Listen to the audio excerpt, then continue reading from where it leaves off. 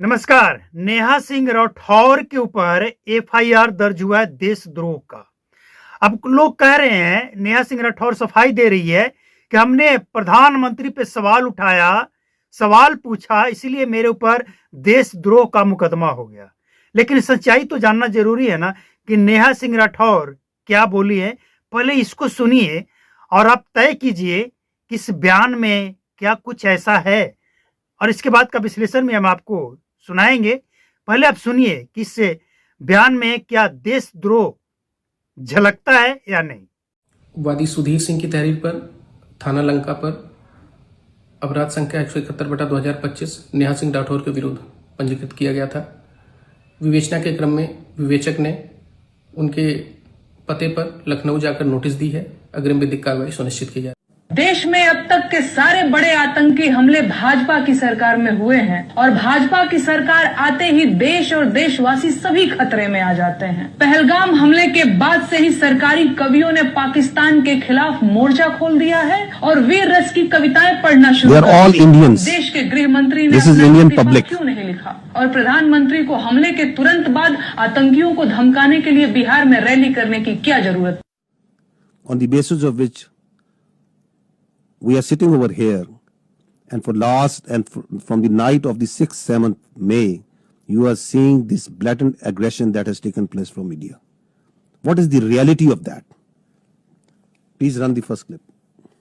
आंख बंद करके किसी को सपोर्ट करने से कोई फायदा नहीं है। सच्चाई, फैक्ट जानना जरूरी है। नेहा सिंह राठौर क्या प्रधानमंत्री से सवाल पूछ रही है?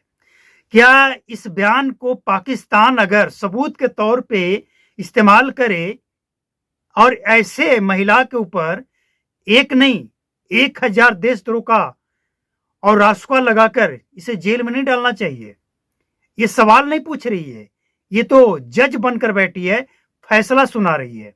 सवाल यह है कि अगर बीजेपी के शासनकाल में बड़े बड़े आतंकी हमले भारत के अंदर हुए हैं तो फिर इसके पास यह भी सबूत होगा कि वो हमले बीजेपी के लोगों ने करवाए और वो सबूत पेश करना चाहिए।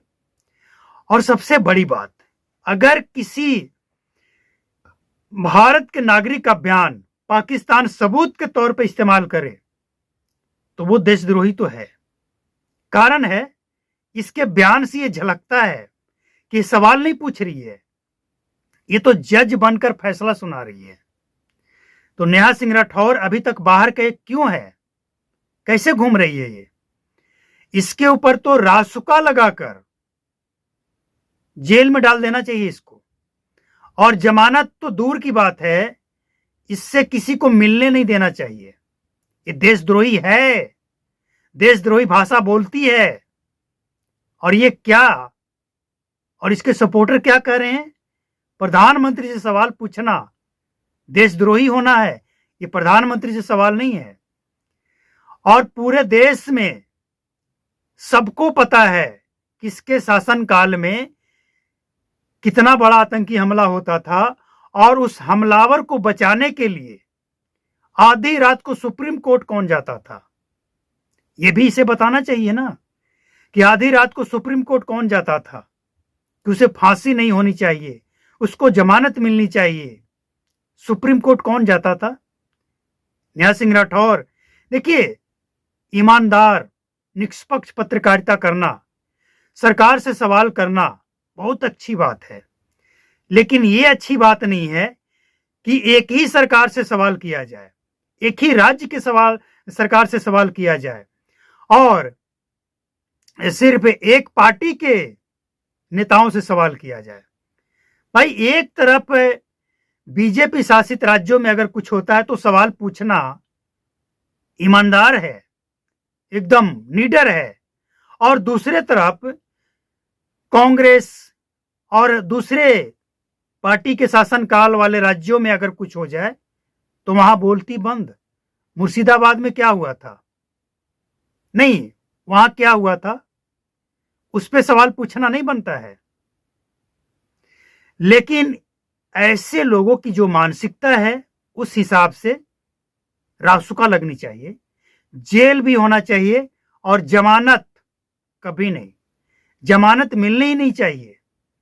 अगर संविधान में ऐसा नहीं है तो ऐसा कानून बनना चाहिए कि जो देश विरोधी बात करे, जिसका फायदा पाकिस्तान को मिले, ऐसे लोगों को कोई जमानत नहीं, आजीवन जेल और किसी से मिलने नहीं देना है, बस काल कोठरी में पड़ी रहे।